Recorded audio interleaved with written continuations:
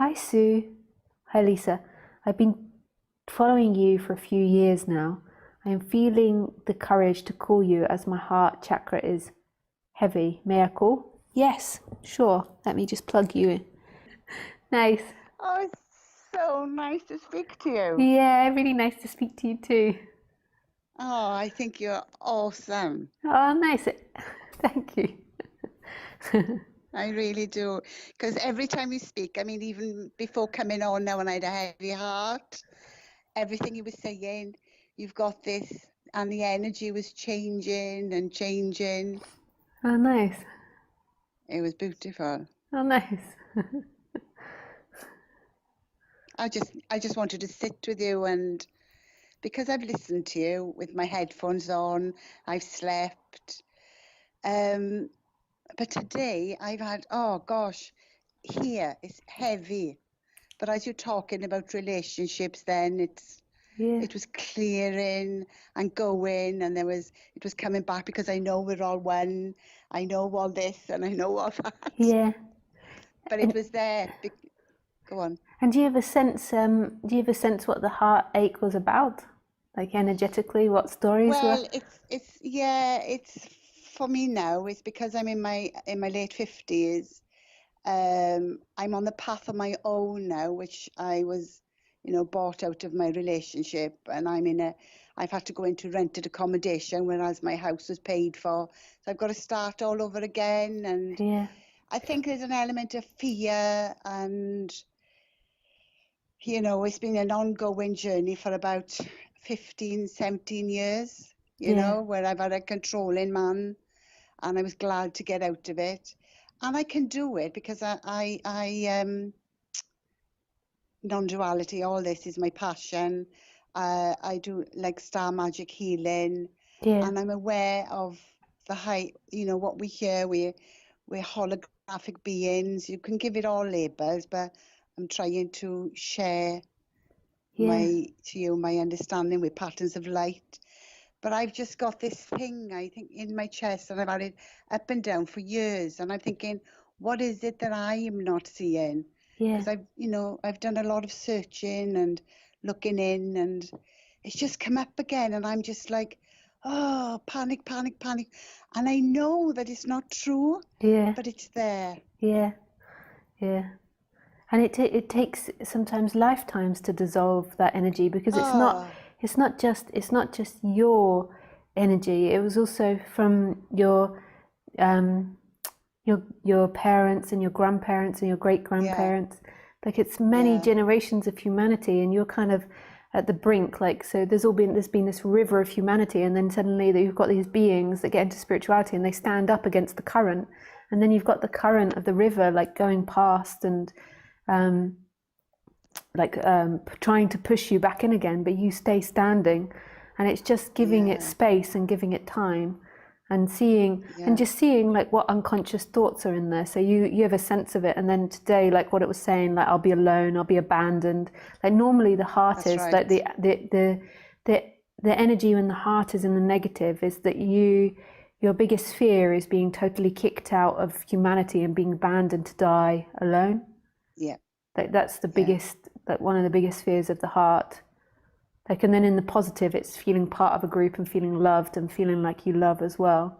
And in the negative, like yeah, its most extreme one is that you'll be abandoned. So you can understand like why that fits in with the husband, like and the ex-husband. And most probably the reason yeah, why you picked him in the beginning was because a controlling man, even though it's very difficult to live with, in one way it's safe because they're like there's a safety to it as well, even though it's full of difficulties because they're controlling you. So they're examining and holding on to all aspects of your life. So it's like a fake protection.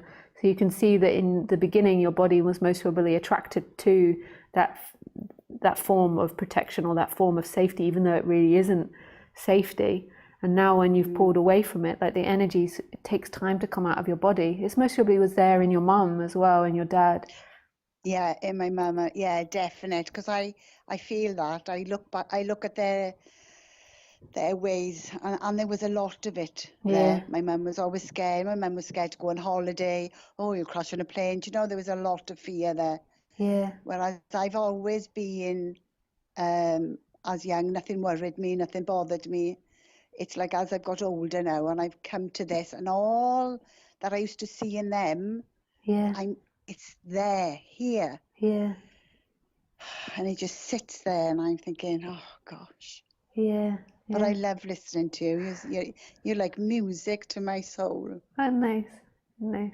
And it will pass, like this energy will pass. It's just Yeah, giving it, like giving it this time, however long that time is. Like in a way, time is an instant and eternity. It's not yeah. something we can. Thoughts come up.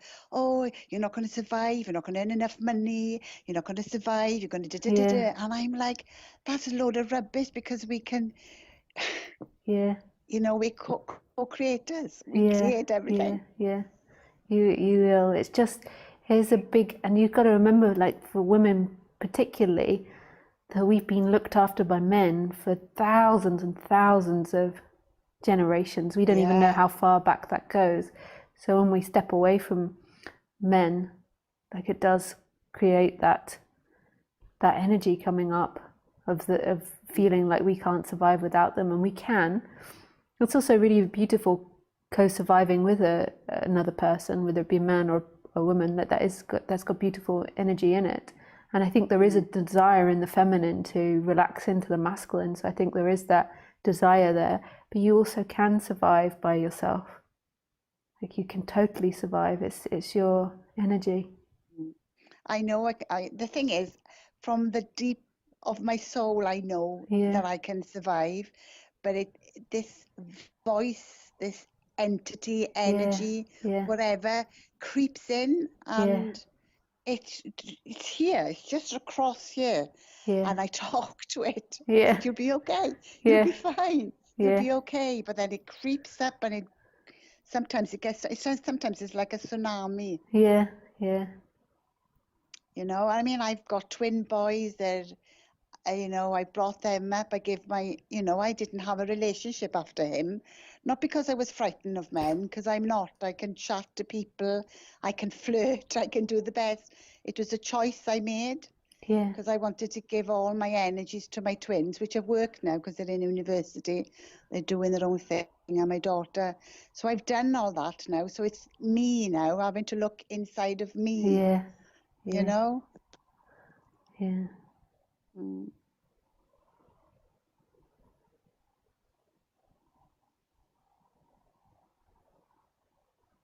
Do you think that's beautiful?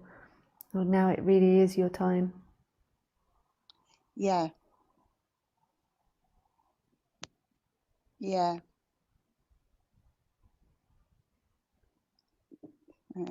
Yeah, in part sometimes. It's like when the boys come back and then they leave and I got a bit of a lip and they're leaving Yeah. me. And I've got to readjust because I am one of these mothers, that I don't want them to attach to me. I want them to be independent, Yeah. because they've got to survive in the world. So Yeah. I don't hold my boys or anything. That's so beautiful. That's a lot of parents don't do that, and that's one of the most, like, I always feel like life is always circular in everything that it gives us. So Yeah. it's like you get your children, and there's a period that you go through where they're so dependent on you, and in a way, like it's not that you're dependent on them, but it's like that you're totally bonded. Like they're like your survival is totally interlinked, and in a way, like they've come from you. So there is this feeling that it gives, where everyone's saying they're your children, so it feels like your children. And then bit by bit, as they grow, they begin to become more independent from you, and then you go through this process of giving them back to life, like that they go out and survive. And it's like everything. It's like this life as well, that you come into this life and at first you think it's your life and you've got to do it, and then as you get older and your body isn't as strong anymore, you slowly have to give your whole entire life back. Like everything has that circular motion because nothing actually ever belonged to us. And I really think that's a successful parent, is somebody that can go through that process and really let their children go. Oh, I've done it a lot, Yeah. It's that saying that you hear, what they say, you have to die to live. Yeah. So and that's what I've done with the boys. I've detached from a lot of things, Yeah. detaching from this, detaching from that. But yet I love them unconditionally. Yeah. And that's the word I don't want to say, but Yeah. it's indescribable.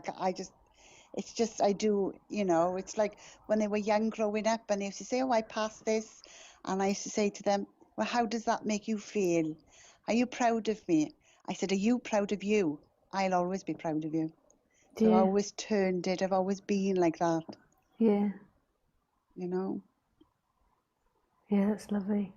I don't see you. How do I just see myself? Yeah, you just get to see yourself. I'm sorry. Oh, My computer it's very can't cope. challenging to look at myself. Yeah, you can't. You can't see me because the live stream's out of time, and my computer That's fine. can't cope to stream 2 videos, or my That's okay, as long as I internet know. can't cope. Yeah. As long as I know I've done something right and just looking at my teeth now. I hope you can see me. Can you see me? I can only see a very small version of you And I can see a small version of you in the corner. Yeah. So I can't see the detail of your teeth. That's okay. I can see that you've got blue eyes, I think. Green. Oh, green eyes. I can see their light eyes. Green. I got green piercing eyes. Everybody mentions my eyes. Nice.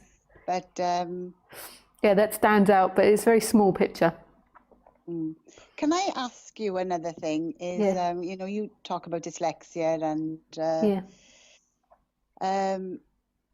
I mean, I would never have been known that I was dyslexia. That wasn't the question. I've gone off onto another thing now. But now, because I work in pharmacy, and as I got older, and there's a lot of changes, like changes in my body. You can call it like a waking up. I'm very much awake to what this world is all about. And I'm in work, and I see the letters are moving. I don't know whether it's because I've always said when we heard the word dyslexia, I mean, it wasn't known in my time. And when I heard, I said, if I went to be checked, I'm sure I'd have it. Yeah. And I found now, as I'm getting older, because I say to the boys, I said, I'm forgetting words. I said, I'm sure I'm dyslexic. Yeah. Yeah. Because I work in the pharmacy. Yeah. And this week I've had a bad week because my head has been going pounding. I don't know whether it's all that or what have you, but yeah, and I'm looking at things and things are moving. Yeah. Yeah, that used to be very strong for me. What they used to give to me when I was a kid was they used to put a yellow tint in my glasses, and that actually helped the movement because it's something about black and white, I think. And it changes, like, so they used to test people and they gave people different colours, and yellow was the colour that really helped settle everything down for me. There was something about, for me, because that is part of dyslexia, is that it moves on the page and you can't, like, sometimes I see completely different sentences that are there. Yes. Yeah. Yes. Yes, I mean, I really work hard on it, because I'm left-handed as well. So when I was younger, I was hit because I was left-handed. So I've always been focused. I trained myself to do crocheting the right way instead of the left way, which I'm left-handed. So the mind is, I've really worked hard on it. But that makes a lot of sense when you say yellow, because even the lights now, because they're using these brighter lights. Yeah. Oh, it really hurts my eyes. Yeah. Oh, it hurts. I said to my son, I can't be doing this. So I did buy one of those driving glasses, and they're yellow. Yeah. And I went, oh my God, this is lovely. Yeah. Yeah. So I think I might go and have yellow put in my glasses. And it really helps, like with the computer screen. I don't know what you do in the pharmacy, but like if you've got a computer screen that's very like that's very white with black print, it really helps. But people tend to have different colors. I don't know if they do the tests they might do the test at the eye clinic. So if you say to them I'm dyslexic, but they might not do it. I can't remember where I got tested for that. I used to go for lots of testing. But yeah, all sorts of things like that. And the memory, I also think, goes with the sense of self as well. So dyslexic people do have a trouble. So apparently an area in our brain, which is connected to words, is difficult for us. So if I don't keep repeating words, I forget them. I can kind of remember them, but I can't say them always. So that, like, when somebody Yeah. says it again, I can kind of remember it. But it's like if I don't keep repeating it, I kind of forget it out of my vocabulary, and I forget how to say it. So sometimes when I'm trying to say a word, I can't remember how to say the word, so it comes out really weird. So that's, but everybody's slightly different with what affects them. But with the sense of self, there's not been much research into this, but there's other teachers that I've met, and apparently with the collapse of the sense of self, or challenging the sense of self is very connected to the memory. So the story that you tell of yourself every day. So you're always getting up and you're telling yourself who you are and what you've done. And as that begins to be challenged, your memory isn't working so hard. So it takes a lot of energy creating a sense of self. And as that begins to dissipate, your memory apparently gets worse. So there's a lot of teachers that I've met. Like there was one teacher that had been had this awakening for many, many years, and his memory was so bad he used to constantly have to set alarms for everything, because he just couldn't remember anything. That's happening to me. Yeah. It is. It's just, I think, how have I got to my age?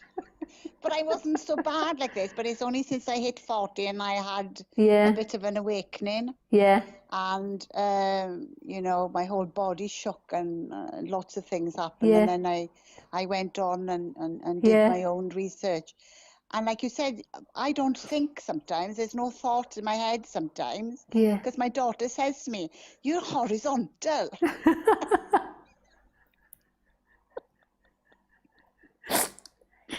That will really make your memory worse, I think. But that's very sweet that she says it. Does she know that it's a compliment? I know it's a compliment, but she says, "Oh, Mummy, I want to shake you sometimes." And she said, "You weren't like that before when I was younger." And it's as I got older. And I'm like, right, okay. But if I stop and ask whatever I need to know, I'll stop and I'll ask. Even in work, I'll say, "Where's this drug?" or "Where's that drug?" And my hand will go up and touch it. Yeah, the body really knows. Like, it's really amazing. Like, when you begin to drop and really trust the body. Yeah. And I'm going, what's this? And then all of a sudden, and I'm thinking, well, where did that come from? Yeah. So that we everything is within, really. Yeah. Everything is within. It's just trusting it. Yeah, it really is.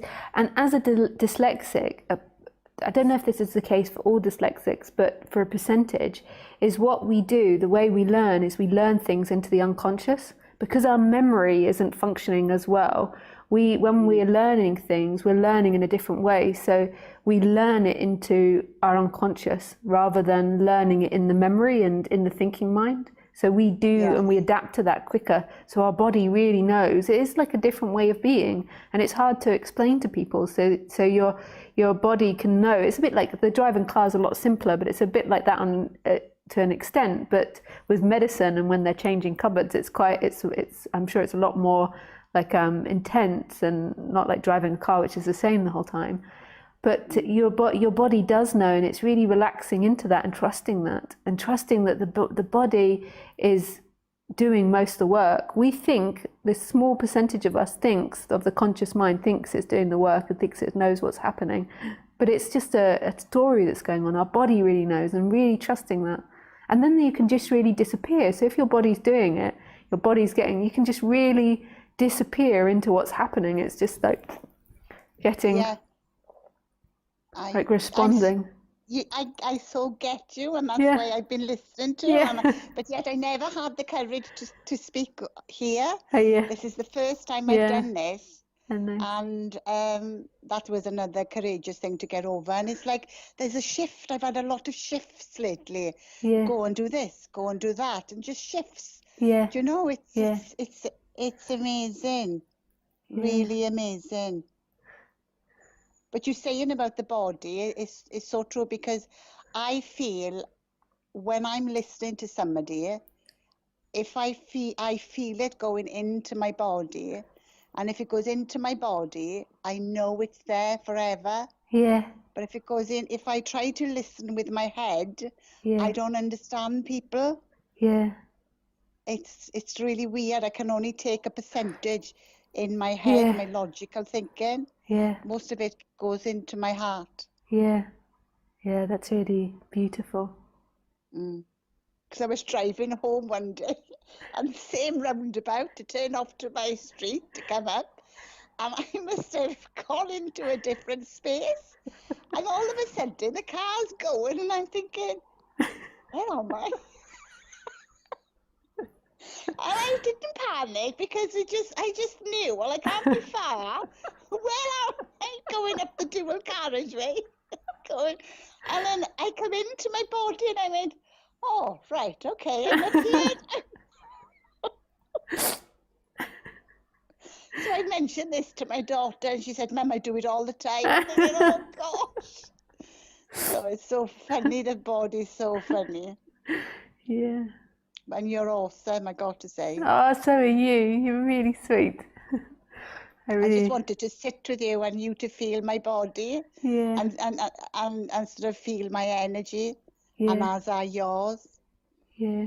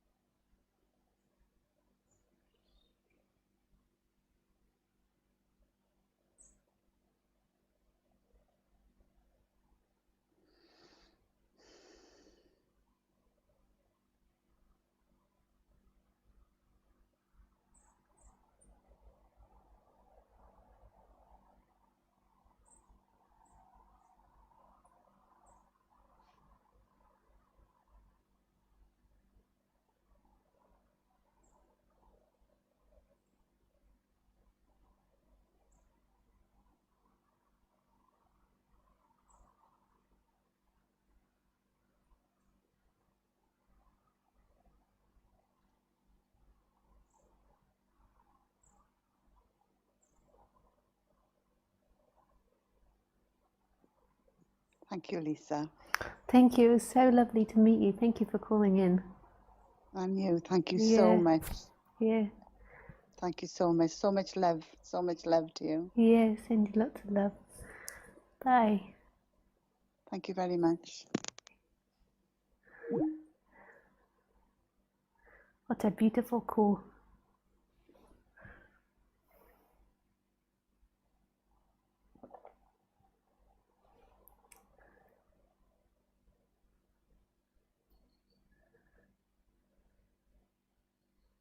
So I think I go now. That was a lovely call to end with. And I see you again on Wednesday at 6 p.m. French time. Remember to give a thumbs up to the video if you like the video and if you want it to be shared and seen by other people.